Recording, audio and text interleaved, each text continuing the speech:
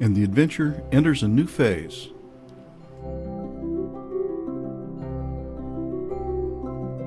After breakfast, we board the Misty Fjord.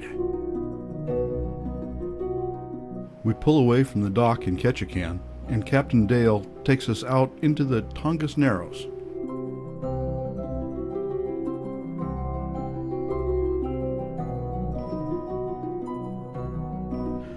We pass Ketchikan proper, with 5 cruise ships in port. With a resident population of 8,000, the cruisers and the crew easily outnumber the locals. After we settle in, we relax in the salon. Chef Greg is cooking up lunch and dinner, and it smells great. And this fresh-caught salmon is part of the plan. Captain Dale and the Misty Fjord will be taking us from Ketchikan to Petersburg. We're headed southeast from Ketchikan and then north into the Bain Canal, named by Captain Vancouver in 1793 for the governor of Kamchatka, Russia. There are lots of sights to see as we cruise. The economy of this area is fisheries and tourism. A lot of the buildings we see from the water are fishing related. The Tongass Narrows is also the traffic pattern for float planes taking tourists to various attractions. We stop to watch a purse seiner pull in his catch. Dale explains how the process works. One thing is obvious: it's hard work.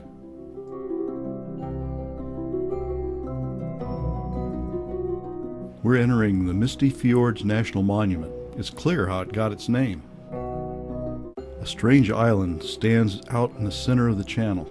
Captain Vancouver noted that in the mists, it looked like a ship under sail.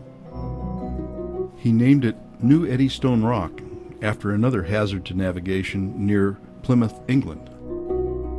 Nearby is a colony of harbor seals curiously watching us pass.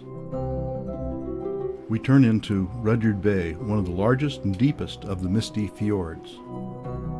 Glaciers have carved deep valleys and sheer cliffs here. Trees grow precariously on the steep rocky faces. Waterfalls tumble down through the trees. Deep into Rudyerd Bay, Dale points to a rock. It takes a while, but we eventually all see the petroglyph. We turn and head out of Rudyerd Bay and head for tonight's anchorage at Neets Bay. Before we know it, it's time for appetizers. Greg offers salmon sushi. And then an excellent salmon fillet in dill butter sauce. We wake up in the mists of Neets Bay, tied up to a salmon rearing pen. This is a private salmon hatchery, but we're not here for the salmon. We're here for bears. Black bears. We jump in the skiff and head for the hatchery dock. We won't be alone. A float plane is bringing in tourists from Ketchikan. There they are, walking on the beach and standing in the stream and by the spillway. We stand by the stream and watch them. They hardly notice us. They are intent on one thing: eating as much salmon as they can before they den for the winter.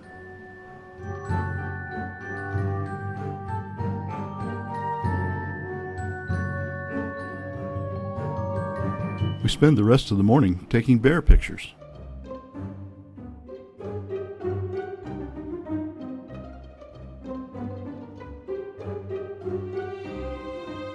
These bears can weigh up to 350 pounds, but they are very photogenic. When the bears aren't posing, the birds are.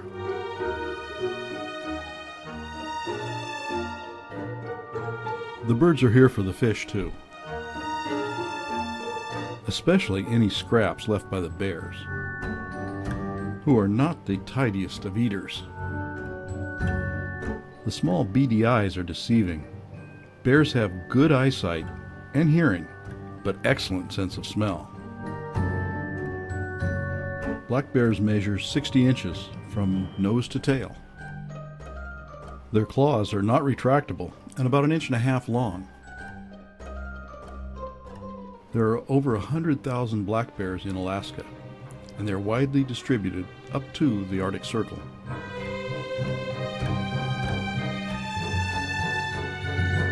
We saw a couple of discussions, but there were no fights over territory. Food is just so abundant, there's no need. Before we know it, our time with the bears is up, and we have to head back to the Misty Fjord. We have a long way to go to our anchorage tonight.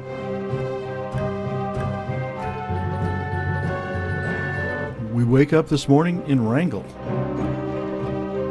Curiosity drove me to have a look around before breakfast. Chef Greg's Spanish tortilla was outstanding. Totems are our first stop as we explore Wrangell.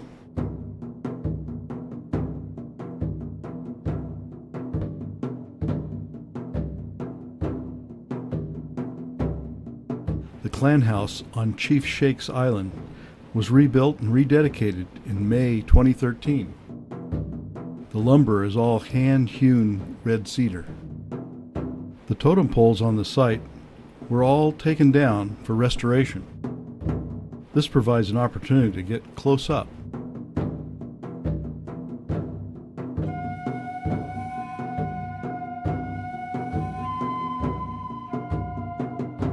This is a shame pole. 3 slaves from the Ketchikan clan, the frog is their symbol, got 3 women in Chief Shake's clan pregnant and refused to support the children. The next stop is the Petroglyph Beach Park north of Wrangell. No one knows who made these petroglyphs, which predate the Tlingit civilization.